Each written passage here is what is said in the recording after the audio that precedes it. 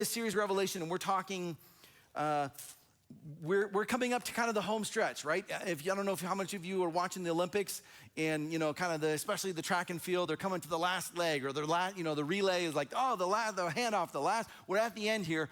We are coming up now. We're at the end. We're at we're 17 through 19. Revelation goes to chapter 22, and so we're at the last portion here. But that doesn't mean by any means it lightens up. These next couple weeks are going to be maybe I don't know, more intense, but as intense as it has been. And then once we get to the end, then it's the thing that everyone wants to talk about, and the new city, and that we celebrate, and it's like, oh wow, this is wonderful. But until then, we are for a few weeks now in chapters 17 to 19, and this is. If you remember last week we looked at the final set of 7 judgments, the 7 bowls, and it ended with bowl 6 and bowl 7. These next few chapters are bowls 6 and 7 kind of reiterated and expanded upon. So what we're gonna look at in these chapters now is, especially next week, is gonna describe specifically what is happening in those past bowls. If you remember, we set that up as a teaser, like, hey, we don't have time to go through all this because Revelation is gonna continue to jump back into these final 2 bowls. So here we are. If we'll start by saying this, and let me give a preface here, that some of the language that is used here in this chapter is PG. So let me just give a warning ahead of time that, all right, that I'm gonna say some words in church that I wasn't expecting or desiring to say. And after today, don't plan on saying again. But the language in chapter 17 is purposefully graphic and intentional, and we'll look at why, and it's like, whoa, all right, John, okay, here we go. Like the vision he gets is like, oh, whoa, we're in church. We can say these things? All right. So here's the thing. First thing we'll see. If you want to, and raise your hand if this is true of you, if you want to ruin your life, anyone? Here's what you do, ready? Pursue happiness through the ways of the world. You want a surefire way to ruin your life? Just pursue your own happiness and joy by any means necessary through all the ways of the world. Whatever the world has to offer, go seek that. You want to ruin your life? That is the sure way to do that. We're going to be looking at Babylon today and what it represents, what it is. And this first part we could call the seduction of Babylon. That there is a level of Babylon that it really is enticing. We're now introduced to a new character in Revelation. So through Revelation, we've got good guys and bad guys, and on the bad guy side, we have the dragon, which we're told was the devil or Satan, and then we see 2 beasts, one that comes out of the sea, and he's often referred to as, he's called the beast, but then many people will say, oh, this represents the Antichrist, or at least an Antichrist. And then a beast from the land, and that is often referred to as the false prophet. And there's 2 beasts, and so they make up this evil, this false trinity, this evil trinity, mocking or mimicking the true trinity. All right, now we're introduced to a new character, a new person steps on the scene, and it is different. And she is described, depending on the translation, the word used, she's described as the harlot, the whore, or the prostitute. Here we go. I've already said words I don't want to say. But this is all over now. You read chapter 17, you're going, oh, whoa, wait a minute. Yeah, that's in the Bible? That's in the Bible. And she is described, this prostitute, as being a key figure now in particularly in this chapter, and what happens, what she does, what she's like, and what happens to her. And here's the thing. Ready? You are already more familiar with her than you think, probably more than you hope. As we look through and discover kind of who she is and what she does and what she's like, you know her. You know this woman. Here's what we see. Chapter 17, verse 1, one of the 7 angels who had the 7 bowls came to me and came and said to me, come, I will show you the punishment of the great prostitute who sits by many waters. With her, the kings of the earth committed adultery, and the inhabitants of the earth were intoxicated with the wine of her adulteries. If you remember earlier, a few chapters ago, the people of the land were described as being as those who are pure virgins. And it wasn't talking like literally like virginity, but rather keeping yourself pure from the ways of the world. Now we're introduced to a lady who was the opposite now. And the ways of the world was the intoxication of her adulteries. Then the angel, verse 3, then the angel carried me away in the spirit into a wilderness. There I saw, here's now this woman. I saw a woman sitting on a scarlet beast that was covered with blasphemous names and had 7 heads and 10 horns. She's now sitting on the beast that we've already been introduced to. We already have seen him before. He's shown up. He's been described. This is the beast of the sea. The woman was dressed in purple and scarlet. She was dressed nice and was glittering with gold. Okay, she's dressed real nice. Precious stones and pearls. All right, she was dressed to impress. She held a golden cup in her hand filled with the abominable things and the filth of her adulteries. We see that this lady is clearly dressed well and has some luxury and wealth and class to her. She's one that is, we'll see here in a second, is noticed. She is noticeable. She is worthy and noteworthy enough to look at and say, wow, who's that? It says this, the name written on her forehead was a mystery. Here's the name. Babylon the Great, the mother of prostitutes and of the abominations of the earth. If you remember, there's been plenty of times where things have been written on, marks written on foreheads and in arms or forearms. And anytime you see that, it doesn't mean literally like the mark of the beast and the number of 666. It doesn't mean like someone has 3 sixes on their forehead, but rather it now controls their thinking. They've been marked and sealed by a way of thinking, and this lady also has a way of thinking. The head was symbolic of how you think, and then your hand was how you act. So you've been marked by how you think and by how you act. She now has been marked also in her way of thinking, and it is as the mother of prostitutes and abominations.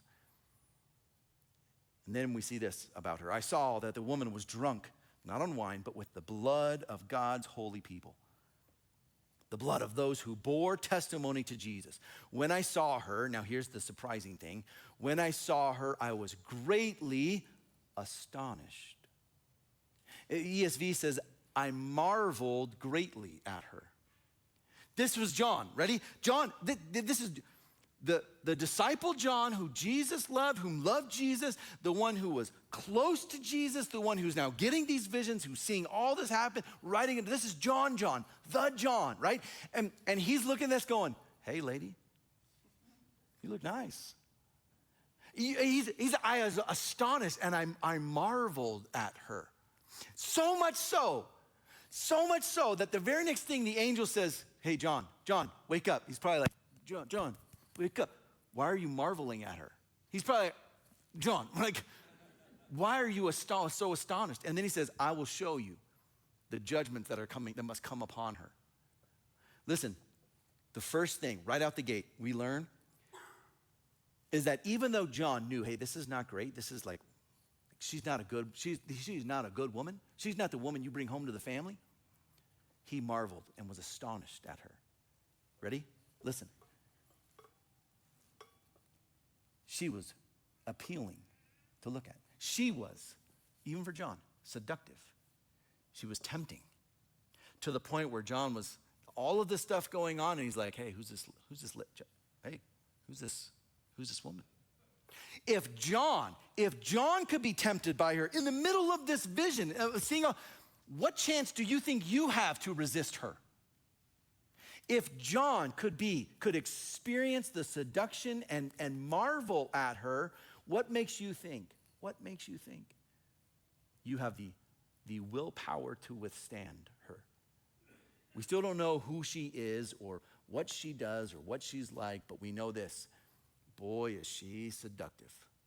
Boy, is she appealing. Is she tempting? Even John experiences this. She is the one who now sits on a beast. She's full of blasphemy, we see this, controls great wealth, promotes sexual sin, and attacks the church. Does that sound like anything going on today? Does that sound like any culture that you might happen to live in today? It continues. She's very seductive. John marveled at her wealth, her sensuality, her prosperity, her comfort. And here's what she offers. All of those things, and she says, what more could you want? I cannot. What do you want? Man, a little more money would be nice. I can offer wealth. Comfort. Anyone in here? Anyone in here? You say, man, I want less comfort, not more. Anyone? Right? If you raise your hand, that's fine. You can say, I want to be less comfortable. We'll change your seat out to something else. You don't need to be sitting in that cushy of a chair, right? Like, we all want comfort. If we were to say, do you want more comfort or less? You're like, oh, more comfort, more comfort. Do you want a larger home or a smaller home? All things considered, a bigger home, right? A larger yard or a smaller yard? Well, is someone going to take care of it? Yeah, I'll take care of it. Larger yard, right? I don't want to mow it, but if it comes with someone to, great. Do you want more wealth or less wealth? Listen, if you're working, do you want your paycheck to be more or less this month? Well, I don't want to say in church, but I know the answer, and so do you. The reason why she's so seductive is because she appeals to the things that we want, that we feel like will make our lives better. More wealth, more comfort, more prosperity, more sensuality. Do you want to experience more sensuality or less? I really am uncomfortable speaking in church on this now. Okay.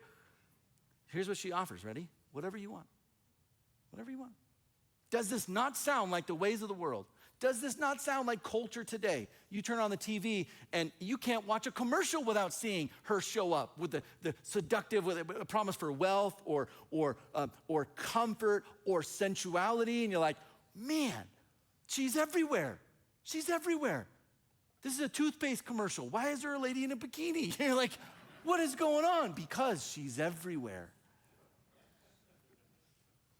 Here, look at one commentator, David Campbell. He writes this. Babylon, now let's describe Babylon. And let me give you the key. So when you hear these words, these are interchangeable. Ready? Babylon and the prostitute are the same thing. It's two ways to describe the same thing. And this is important, and we'll see why here in a second, later on. So whenever you see Babylon, that's the prostitute. Whenever you hear prostitute, that's also Babylon. She's described as the great city. Later on in verse 18, basically says the woman is the great city of Babylon. So Babylon and the woman are the same thing. Babylon is thus, now let's define it, is thus to be defined as a demonically inspired and empowered economic and religious system which exists throughout the church age. It uses the power of the state to oppress the saints. He goes on to say this, the woman, this is now the same thing. So you describe her a different way, but it's referring to the same, Babylon and the woman, represents the ungodly world system in its political, social, and economic dimensions, all of which are used to oppress the saints. The beast, now this is a different entity, this is what she rides on, represents the supernatural demonic power which energizes this system. Babylon is a system of influence in the world. The prostitute, the harlot, is a system. It's not an actual person, but she represents a system in the world which seeks to control the rest of the world and we saw this, and to attack the saints. And she does so through government, through economics, through political power. She does so by any means necessary. Now, tell me this does not sound like our world today. Tell me this doesn't sound like every culture that has happened, that has existed. That as much as we think, listen, if I'm careful here, I don't want to step on toes, but here we go, okay? If I'm not careful, I'm gonna start preaching. Here we go. Anytime someone or something places itself in the position that is reserved only for Jesus, that is this woman. Any system that says, trust me, I can save you. I can fix you. I can save, ready for this? I can save our country. It's an election year. Did you know that? I mean, if it felt like 2020 was a tense political election year, this is that and then some. It feels like we are in the midst of a hotly contested election cycle in which literally every day you're going, what's going to happen next? We've already had one candidate shot at and an attempted assassination. And you're going, what is going on? What is going on? And you look at this, and do you know what this? I want to be careful, but also at the same time, you need to hear this. Here we are. Ready? You have to be careful here, because I don't care who you vote for. Who you vote for is important. Elections matter, but vote for whoever you want. I don't care. You come to New Hope, and we follow Jesus. You vote your conscience. Vote who you think is who you think you should be running the country. But listen, don't you dare. Listen, be careful. Don't you dare think that person's going to save us. There is not a candidate on this ticket or any other ticket in the future that will save us. But here's what happens. Both political parties will say, hey, trust us, vote us in, and we'll fix everything. Do you know what that is? That's this prostitute speaking again. That's Babylon saying, hey, trust in me. Don't trust in the lamb. Trust in me. Do you know how we know that they will never save us? Because in 4 years, we got to elect a new person to come in and save us. Every 4 years, we need a new savior to come fix what the past person broke. And that's the thing. I mean, your entire life has been that. Hey, I'm going to fix what the last person messed up. Okay, we'll put you in office, and then you're going to mess things up, and it's going to happen over and over again. And that's just our country where you're allowed to elect people. There are other countries, just dictators, and man, this is them. This is describing not just the culture they were in. This is describing us today. If you don't think that we live in a culture that is enticed and thinks that wealth will save us and comfort is our God and sensuality and sexuality of any kind is whatever you want, you be you, you're born this way, however, whatever you want to do, don't let anyone, and also, hey, trust in us, trust in the government, we will make things better for your life. If that doesn't describe today, I don't know what does. And that's what she offers. That's what Babylon offers. Here's what Scott Duvall says, particularly about Babylon, about this woman. We may be tempted to ask, what's so bad about Babylon anyway? And he's going to go on and tell us. This passage identifies 4 specific sins of Babylon. First, she rejects God through idolatry. How captivated are we by the idols of our culture? Boy, we have idols everywhere. Second, she promotes sexual immorality. How discerning are we about what we watch and listen to and laugh at? Third, she uses people and nations to indulge her passion for economic prosperity and luxury. And he asks this question: do we amass wealth for selfish purposes, or do we give generously and sacrificially? Fourth, she abuses and murders those who follow Jesus Christ. How do we talk about and treat fellow believers? And then he says this: any element within society, be it religious or not, that reproduces these traits could rightly be called part of Babylon. That she represents the seductive power of the world and of wealth and pleasure and influence, and it is, boy, it is attractive. All politics is about power and control, to decide what they think and how they think the country or the world should be run. It's all a fight over who is in charge. Ready for this? I want to be careful here, but at the same time, you need to hear this. All of it is a decision of who gets to be in charge of Babylon today. Who gets to be in charge of the ways of the world. And it almost feels like, regardless of who's in charge of which country, this lady keeps riding on. Culture seems to be getting worse, not better. If you have kids in school, you feel this. I feel this, right? They come home and hey, what are you guys learning? How was school? Fine. Oh, okay. What did you do today? Nothing. All right. What is some of the stuff and then the times where we can see some of the stuff that they're learning, or the school will send home or whatever, and I'm shocked going, you're learning about this? And here's what's so cool for at least for some of what our kids bring home and share. there's a level of like, yeah, but we don't believe all that. It's kind of silly, the stuff that they're teaching. Yes, Babylon is silly. Rome is silly, right? The prostitute is silly. She is like, but at the same time, boy, she's seductive. And she is good at what she does. If you want to ruin your life, it's real easy, guys. It's real easy. Just pursue your happiness through the ways of the world. Pursue your happiness through more wealth. Just get wealthier. You'll be happy. Yeah, real happy. There has never been a rich person who has ever been sad. Did you know that? If you want to be happy, just pursue sexual freedom in any way you want. You will be so content. Just ask people who have done that and see if their lives have been just wonderful, or if it ruined them. You want to ruin your life, just pursue happiness through the ways of the world. Here's the follow-up, the alternative.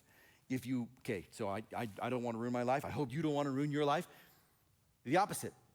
If you want victory in your life, if you're like, no, I don't want my life ruined. I want, if I'm going to be on the side, I want to be on the side, the winning side. If you want victory in your life, here's the key. Ready? There is one who is the clear victor here. Only one. And you don't elect him or her. You don't put them in power. They aren't some leader of some government somewhere. This isn't like the CEO of a business who's I'm gonna change the world through advancement. It's none of those people. Ready? There is one and only one who will provide victory over Babylon, and either you align on his side or you don't. We could call this the defeat of Babylon. We have the deception of Babylon. Now we get to Babylon's clear judgment and defeat by the one and the only one who is the clear victor here. Darrell Johnson, who wrote an excellent book on Revelation, it's called Discipleship on the Edge, and it's a commentary on Revelation in light of discipleship. It's not like, here's what all this means. It's here's why this is important, and here's what this should mean for you and how it should change your life. He writes this: the theology of the book is always tied up with the structure. That how Revelation is structured is just as important as what it says. Jesus' revelation of the fall of Babylon, the harlot, in 17 to 19, is directly and explicitly counterpointed to the coming of the New Jerusalem, the bride, in chapters 21 and 22. We're going to get there, and those are going to be the fun ones. That's going to be like celebration, awesome. But until then, we're in 17, and we're with now Babylon and the prostitute. But what's coming, ready, is Jerusalem, the New Jerusalem, and a bride. You see the differences here? It's describing two different ways of thinking, two different options here. There's the way that follows the dragon and the beast and the harlot, and that's Babylon. And then there's the way of the Lamb, and that's the New Jerusalem, a different city, the real city. And it's not a harlot, it's not a prostitute, it's a pure, spotless bride presented to Jesus. Here's what we see, just so you can see this image and like how even the structure of Revelation of these two options here at play. Here's how chapter 17 begins, and then we'll look at when we get to 20, 21, 22. Here's what it says. Okay, 17, it says this: and the seven angel, one of the seven angels who had the seven bowls came and spoke with me. In 21, we're going to do the same thing. And one of the seven angels who had the seven bowls came and spoke with me. Both are introed the same way. In 17, it says, saying, come here, and I will show you the judgment on the great harlot. In 21, this angel will say, come here, but not judgment. Now I will show you the bride, the wife of the Lamb. In 17, and he carried me away in the spirit into a wilderness. In 21, he's going to be carried away, but not to the wilderness. And he carried me away in the spirit to a great and high mountain. In 19, at the end of this vision of Babylon's fall, it says this: and I fell at the angel's feet to worship him. At the end of the vision of New Jerusalem, I fell to the feet of the angel to worship at the feet of the angel. At 19, here's how it responds. The angel responds, and the angel said to me, do not do that. I am a fellow servant of yours and your brethren who hold to the testimony of Jesus. Worship God. At the end of 22, it ends the same way. And the angel said to me, do not do that. I am a fellow servant of yours and of your brethren, the prophets, and those who heed the words of this book. Worship God. What the structure of this tells us is that we're introduced to Babylon and what happens to her, and then we're going to be introduced to the New Jerusalem. And here's the thing. Everyone fits into one of those categories. Everyone fits into one of those systems. And listen, you don't have the option to not choose. Not choosing is a choice. Either you're with the Lamb and you experience all of that, or by default, you're with the world and you experience everything that the world has, everything that's coming. Those are your two options, and there is no neutrality here. We see with this Babylon, the prostitute Babylon is the counterfeit city of God, and the harlot is the counterfeit of the bride. She rejects and resists the Lamb. She is the counterfeit bride, just she is the counterfeit, as Babylon is the counterfeit, and she is just as the dragon and the two beasts are the counterfeit version of the Trinity. So we see now a counterfeit version of the church. Something other than church, the church, promises to save you and to fix your life, to bring you fulfillment and joy. But what we're going to see is that this is a great bait and switch. This though it feels and sounds and looks right, it will always lead to destruction. And then we see this in verse 9. He's going to now describe it, and John is told, let me describe now this beast and this harlot and give you more details about what they are and what they mean. And we're told this is why we know that she is not an actual lady, that she represents something more than that. And that the beast is not an actual beast, but represents something. The 7 heads of the beast are 7 hills on which the woman sits. All right. So those heads are actually hills. And there are also 7 kings. 5 have fallen, 1 is, and the other has not yet come. But when he does come, he must remain for only a little while. The beast who once was, and now is not, is an 8th king. He belongs to the 7 and is going to his destruction. What? You read that and you're like, wow, this is so clear. It's so clear. Now, here's the thing. If you were in the first century and you were getting this letter and John was writing and saying, hey, here you go, and you read this, you know exactly what this is referring to, at least an example of it. You hear that she's sitting on 7 hills, you know that this represents something. You know that Rome was built on 7 hills. The city of Rome was built on what's called, and they would have a day of celebration, a festival in which we call the Day of 7 Mountains. And Rome was literally, so you hear this and you go, oh, this is Rome. This is Rome.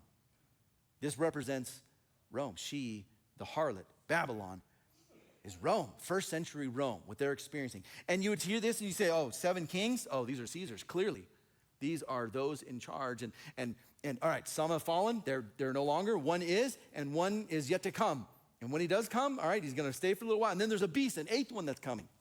Now, this is probably some of the more harder stuff to try to interpret in Revelation. Because however you understand the 7 kings, whether they're past during first century, if you're the preterist view, or if they're future, or if they represent a large number, no one agrees, nor can you say, this fits perfectly with how this lines up, and there were 5 Caesars, and then the current one, and depending on who the current one is, it wasn't Nero because he's already dead. It could be Domitian, but then if it was Domitian, then there'd be one to come after, and that doesn't fit with who the Antichrist was supposed to be. So it doesn't line up well. Or you look at this and say, oh, these are future ones, and you say, kick the can down the road. It just refers to future people. Who knows? Who knows who they'll be? Or you look at this and say, all right, this is 7 again. That this may represent not actual, like actual kings who are set up, but rather this represents the totality of leaders who lead and rule over Babylon. We know that Babylon isn't just Rome because Babylon also represents, ready for this? I hope you're sitting down. Babylon, actual Babylon. There's an actual a civilization and an empire called Babylon. It was part of Babylon. And we see this from Daniel that the beast that makes up what are called Babylon now are also Greece and Persia and that Babylon represents more than just Babylon or Greece or Rome. Babylon is a system. Ready for this? You look at culture today, we're in Babylon. You and I are in Babylon. We are experiencing all that they had, all of the temptations that Babylon, that the harlot that she brings. Boy, oh boy, are we presented with these same things. And then we see this. Verse 12, the 10 horns you saw are 10 kings who have not yet received a kingdom. And this, again, is figurative here and can't be taken literally, and here's why. Because they're told, but for 1 hour will receive authority as kings along with the beast. 1 hour? 1 hour. King for an hour? That's it? They're supposed to rally the troops of the whole world against the Lamb in an hour? What can you do in an hour? If someone made you the president right now, and you're like, hey, guess what? 60 minutes, you're president. Go. Stopwatch. You're like, oh, who do I call? My bank. Cancel my loan. I'm done. What could you do for an hour? These kings, it's not saying that, oh, they're going to have authority for 1 hour, but rather, they will have authority for a short, finite amount of time. Call it an hour in the grand scheme of things. They will have and then it says this, they will have one purpose and will give their power and authority to the beast. This beast, this demonic system, they will give authority to it. They will and here's what's going to happen. They will wage war against the Lamb. This is what we'll see in the next chapter. They will wage war against the Lamb. But here it is, ready? Here's the victory. Here's why you and I say, no, not today. Literally, not today, Satan. They will wage war against the Lamb, but the Lamb will triumph over them. And look at how. Because he is the Lord of lords and the King of kings. And with him will be his called, chosen, and faithful followers. Here's what happens. This is what now is going to, next week we'll look at this final battle called Armageddon. This is now describing Armageddon. And notice how he has victory, how this Lamb has victory. It isn't because he has better warriors. It isn't because he has a larger army. It isn't because angels show up and just burn everything. It isn't because any of that. How does he win? Because he simply is in charge. He has victory. How? Because he's the King of kings and the Lord of lords. That's it. He shows up. These kings are going to amass their army, and he shows up and goes, all right, we're done here. Do you know what Jesus is like? This is the ultimate dad play. Like dad comes home. All right, kids. Hey, kids, knock it off. But dad, knock it off. And you're like, now imagine Jesus doing it. He shows up and he goes, hey, we're done here. And behind him is all of us going, get him, Dad. You tell him. The rest of us are going, I'm so glad I'm on this side of the Lamb and not that side of the Lamb. We show up with him and this army. Are you dressed for battle? I don't know. Were we supposed to get dressed? Are we gonna have to fight? Last week, all they gave me was a harp. I can make some really good song, but we're supposed to fight? There's no fighting. There's none necessary because the Lamb shows up and he has victory simply because he is Lord of lords and King of kings. Then the angel said to me, the waters you saw where the prostitute sits, that she's next to, they aren't actual water, but they are peoples, multitudes, nations, and languages. This represents now people that she has deceived. The beast and the 10 horns, this is what's going to happen to her. The beast and the 10 horns you saw will hate the prostitute. They will bring her to ruin and leave her naked, it says. And then it goes on the rest of the chapter to describe what happens to her and why. We're going to see in chapter 18 even more of this. This is why it's the ultimate bait and switch, okay? The things you are tempted by, the ways of the world, wealth and comfort and sensuality and sexuality and prosperity, the thing that all the world has, it is an ultimate bait and switch because in the end, it leads to ruin and destruction. And here's what we see. Evil turns in on itself. That the beast actually turns, the demonic power actually turns on the system and the ways of the world. And listen, some of you already know this firsthand. You felt this. You've experienced this. You've gotten involved and into something or an addiction of some kind, and this created a prison for you, and you know, as much as this is supposed to be fulfilling, It's ruined me. I know guys, even pastors, who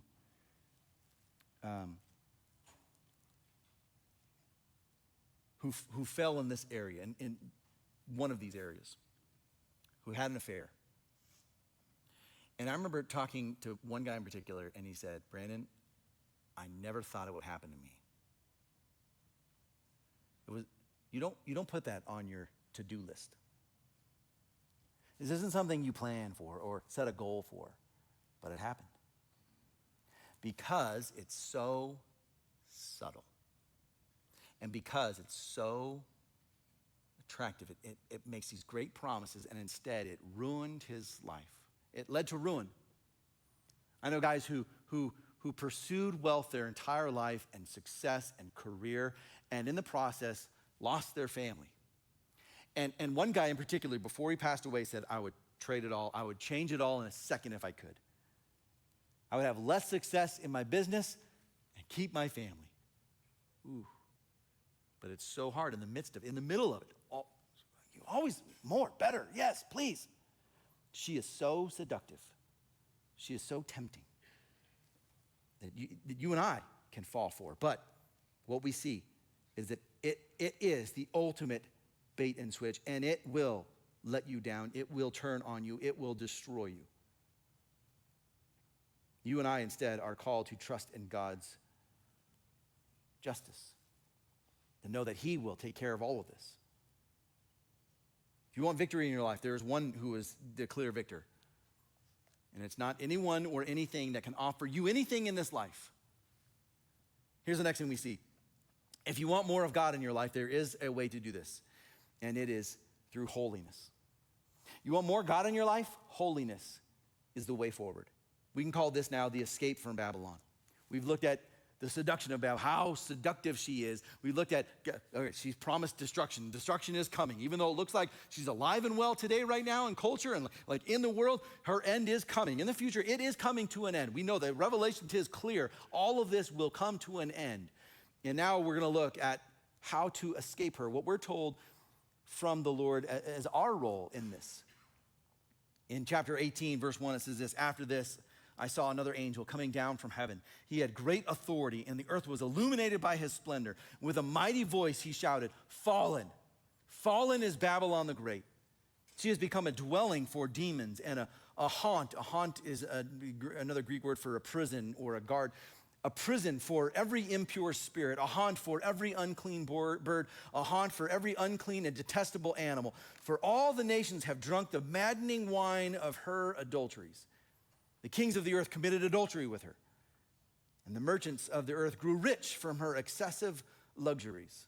These systems that were put in place to empower them and give them wealth and power, boy, did they drink. And listen, as much as we think, and especially in a political system, as much as we think politics or politicians will save us, be careful.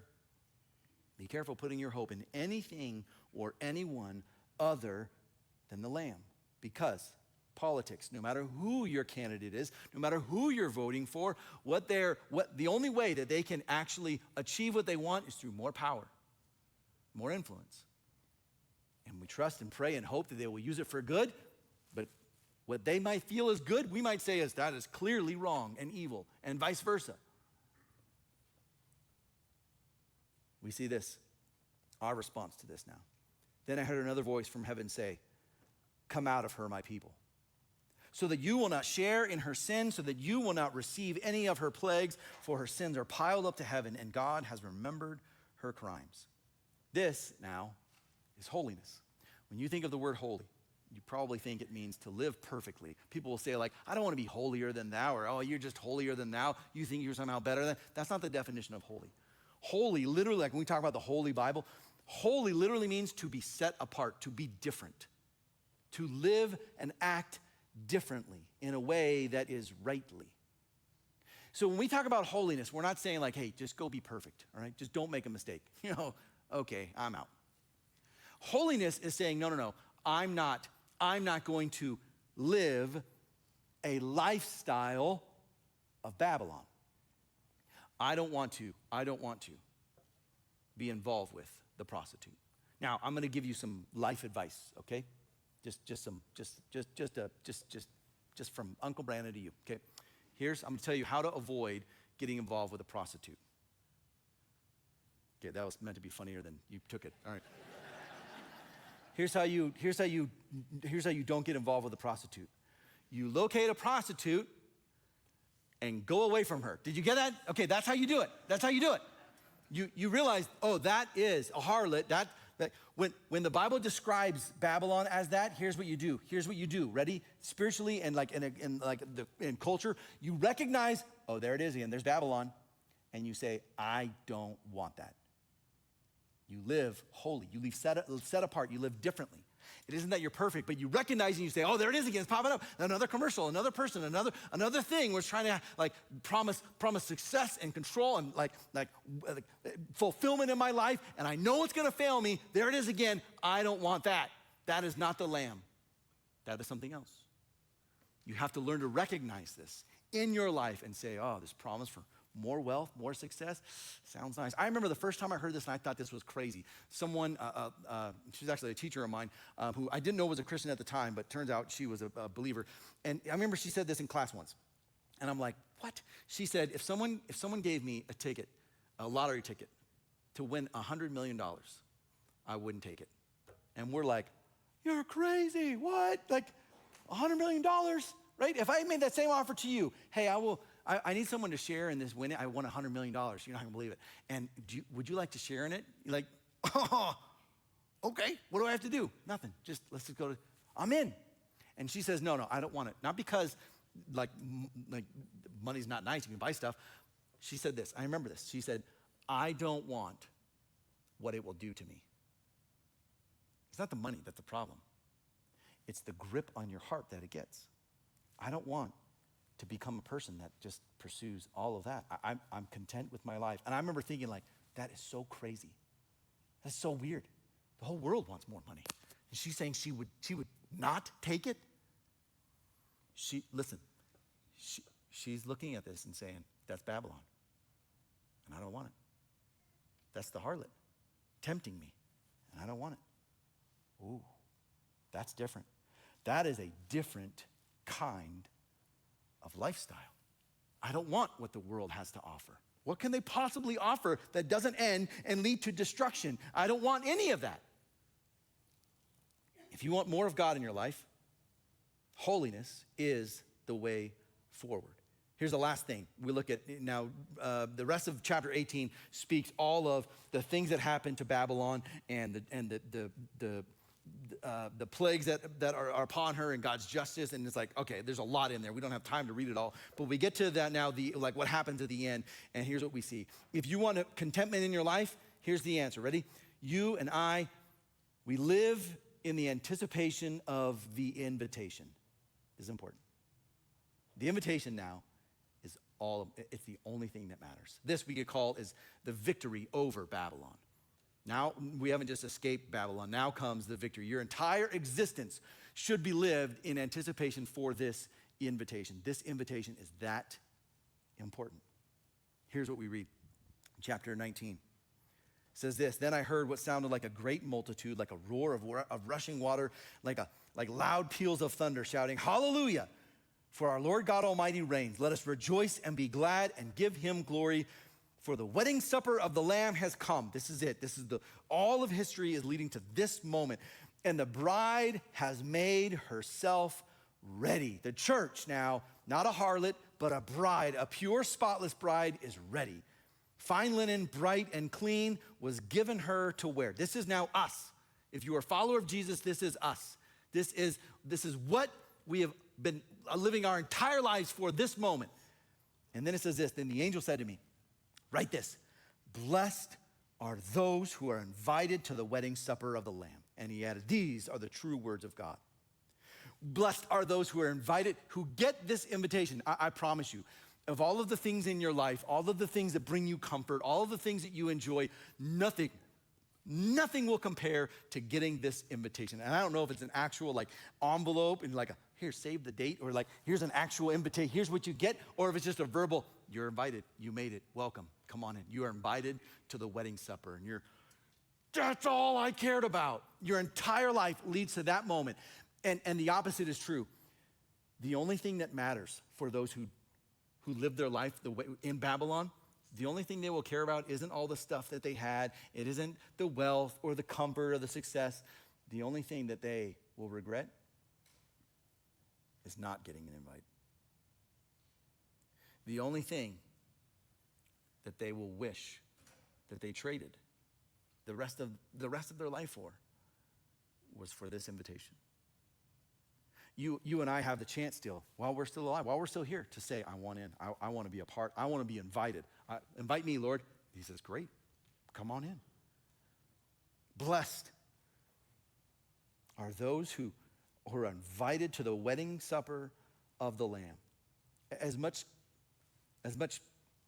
contentment and joy and fulfillment you want in your life, and you think all of these things will get you, we know the answer is true, and this is the answer, right? If holiness is the way, it means this. It means pursuing the opposite of everything Babylon has to offer.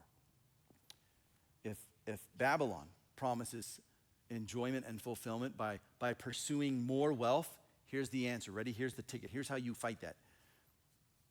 Through extreme generosity. Here's how you fight selfishness. You give it away. Instead of taking more and more and bigger, and you say, no, how can I give more? How can I give more away? And instead of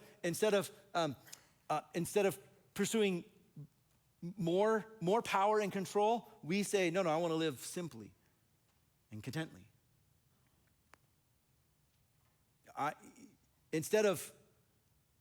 Instead of living like the world would in pursuit of endless sensuality and sexuality, where you say, hey, whatever you want. Don't let anyone judge you. Don't let anyone look down on you. Whatever you want. We instead say, no. The answer seems to be